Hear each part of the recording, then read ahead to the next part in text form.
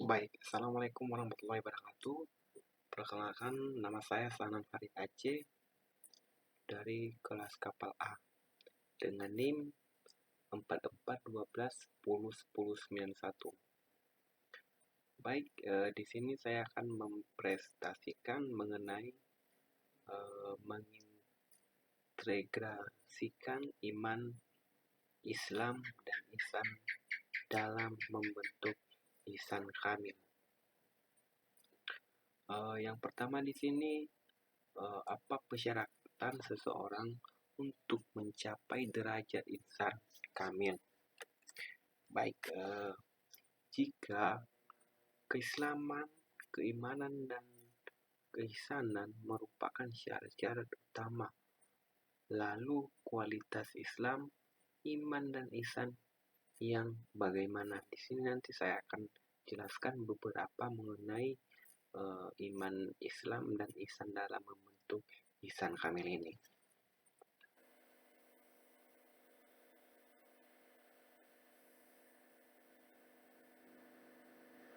Menelusuri konsep dan urgensi Islam, iman, dan ihsan dalam membentuk ihsan kamil manusia sempurna.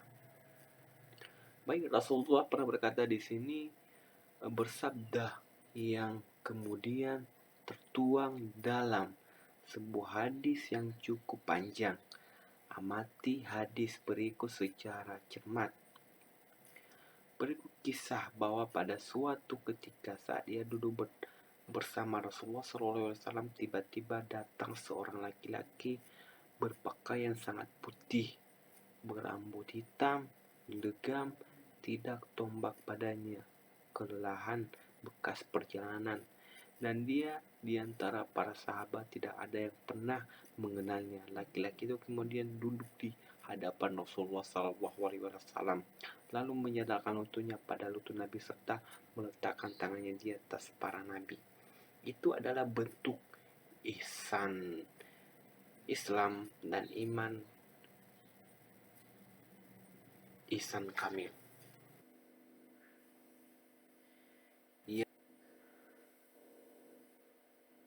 Kan alasan mengapa iman, Islam, dan ihsan menjadi persyaratan dalam membentuk ihsan kamil. Mari kita telusuri konsep Islam, ihsan, dan ihsan kamil. Kita tahu bahwa mempunyai konsep atau berrefleksi tentang tren ini, perkuliahan hampir semua mahasiswa mendapat bahwa iman adalah percaya. Jadi, seseorang dapat disebut beriman percaya adanya Allah. Yang ketiga, menggali sumber teknologis, historis, dan fisiologis tentang iman, pilar agama Islam dalam membentuk ihsan kamil. Yang pertama yaitu memanggil sumber teologis historis tentang iman dan ihsan. Dapat tabel di sini hubungan Islam, iman, dan ihsan dengan ilmu Islam. Yang pertama, unsur ilmu, objek kajian. Kedua, iman, akidah, 6 rukun iman. Yang ketiga, ihsan, akhlak, dan bangunnya akhlak sebagai sebuah dari keimanan dan kepribadian. Itu adalah beberapa hubungan Islam, iman, dan ihsan dengan ilmu-ilmu Islam. Itu dibentuk dalam satu tabel.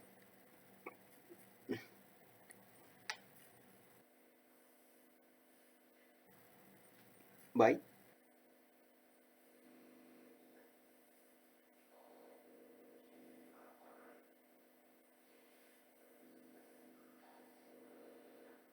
begitu kompleks dan rumit. Sekompleks dan serumit dimensi-dimensi dan misteri yang ada pada manusia itu sendiri. Kalau seorang fisul ilmuwan bahwa hampir bersamaan muncul kritik tajam daripada filsuf, ilmuwan, dan sufis lainnya.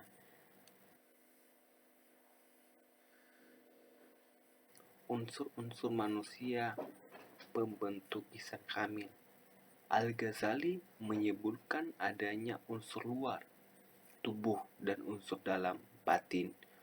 Unsur tubuh menyangkut anggota tubuh dan pancaindera, sedangkan unsur batin berupa hati, akal, nafsu, dan hasrat.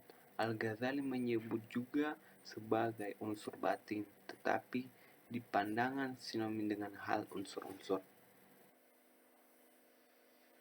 Dan selanjutnya di sini menyatakan membangun argumen tentang karakteristik ihsan kamil dan metode pencapaiannya.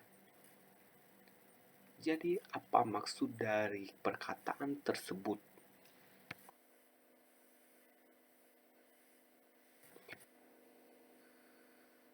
Karakteristik ihsan kamil. Ihsan kamil bukanlah manusia pada umumnya. Menyebutkan adanya dua jenis manusia, yaitu ihsan kamil dan monster bertubuh manusia. Maksudnya jika tidak menjadi iman kamil, maka manusia akan menjadi monster bertubuh manusia. Jadi kita ini kalau tidak ada iman dan ihsan kamil, tubuh kita bisa diartikan sebagai monster yang bertubuh manusia.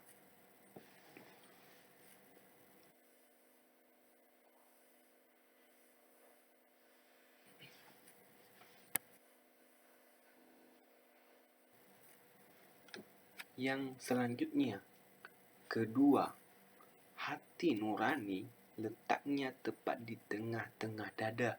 Tandanya deg-deg disebut juga dengan hati jantung. Hati nurani dijadikan Allah dari cahaya wataknya seperti para malaikat yang rela sujud, patuh, dan tunduk kepada wakilnya, Allah Subhanahu wa Ta'ala. Itu disebutkan di Quran Al-Baqarah juz 2 ayat 30 sampai 34. Jadi hati nurani.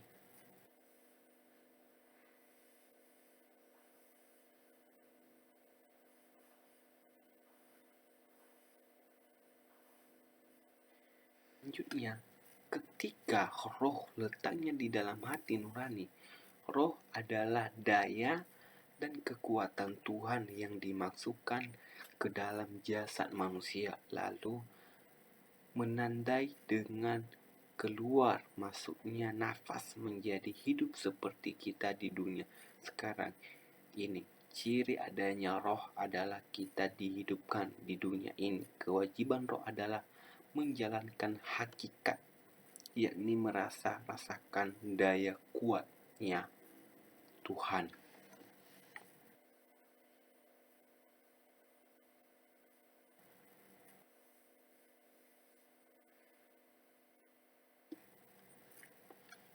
Keempat, rasa letaknya di tengah-tengah roh yang paling halus, paling dalam. Rasa inilah yang kembali ke akhirat.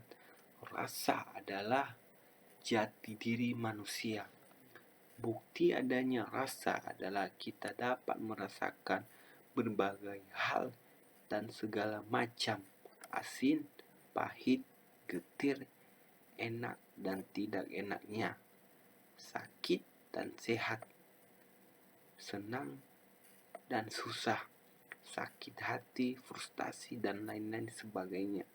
Kewajiban rasa adalah mencapai ma'rifat billahi, yakni rasakan kehadiran Tuhan, bahwa ternyata Tuhan itu dekat sekali dengan kita, bahkan lebih dekat dibandingkan nadi di leher, atau lebih dekat dibandingkan dengan jarak antara hitam. Di sini dikatakan bahwa Allah itu sangat dekat dengan kita, lebih dekat dari nadi kita sendiri.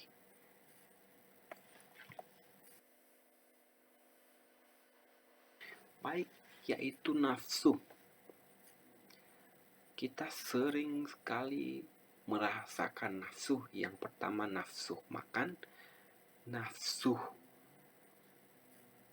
kepengen jalan-jalan. Nafsu ini sering kali tidak bisa terkontrol oleh manusia. Tidak mengenali nafsu dengan ciri-ciri enggak, cuek, suka memuji diri, pamer, dusta, mencari aib orang, suka menyakiti, dan pura-pura tidak mengetahui kewajiban. Nafsu ini sering terjadi kepada manusia. Nafsu dengan ciri-ciri suka sedekah, sederhana, menerima apa adanya, belas kasihan, lemah lembut, lebat, sabar, tahan menghadapi kesulitan. Baik, nafsu ini ada beberapa nafsu di sini. Yang pertama nafsu negatif dan positif. Nafsu negatif ini dapat merugikan kita sendiri dan menambah dosa pada dunia akhirat. Yang kedua, nafsu positif. Nafsu positif ini seperti nafsu bersedekah, berbagi, nafsu untuk mengerjakan kewajiban sholat 5 waktu. Ini adalah nafsu yang sangat berguna kepada akhirat.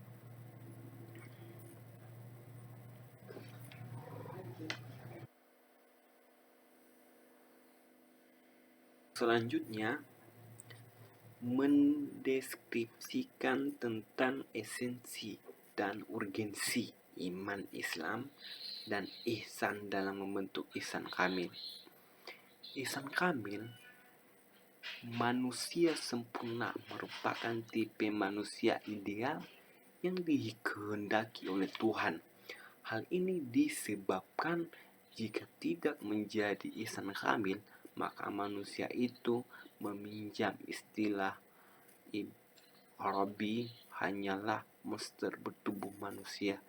Ihsan kamil adalah manusia yang telah menanggalkan kemanusiaan yang rendah, lalu berjalan menapaki tangga demi tangga menuju Tuhan sehingga mencapai tangga nafsu tertinggi.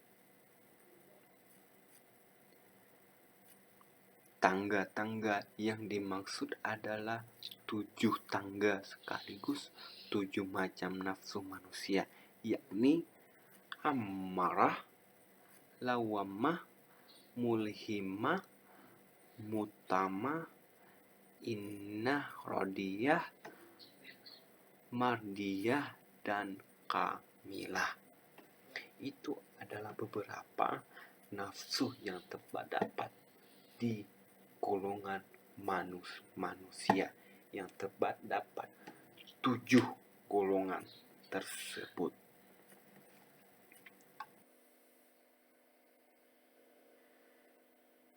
Terus belajar lebih lanjut proyek belajar menjadi. Menurut Al-Quran, manusia sebenarnya merupakan makhluk yang secara potensial ihsan kamil. Baik, setelah saya menjelaskan beberapa yang terdapat pada ihsan ini, kita dapat mengetahui bahwa ihsan kamil ini yaitu suatu yang menyenangkan bagi umat manusia yang harus kita lakukan. Manusia itu harus mempunyai beberapa ihsan kamil ini. Iman, agar menjadi bekal di akhirat nanti. Iman ini kita bukan hanya beriman kepada Allah, tetapi juga kita harus beriman kepada saudara dan saudari kita di dunia ini. Islam bukan hanya berpotensi agama Islam, tapi tidak melakukan kewajibannya sebagai umat Islam, yaitu sholat 5 waktu. Baik, itulah beberapa materi yang saya sampaikan tentang iman, Islam, dan ihsan dalam membentuk ihsan kamil ini. Jika ada kesalahan dan kekurangan, mohon dimaafkan. Baik, sampai disinilah dari materi yang saya sampaikan. Assalamualaikum warahmatullahi wabarakatuh.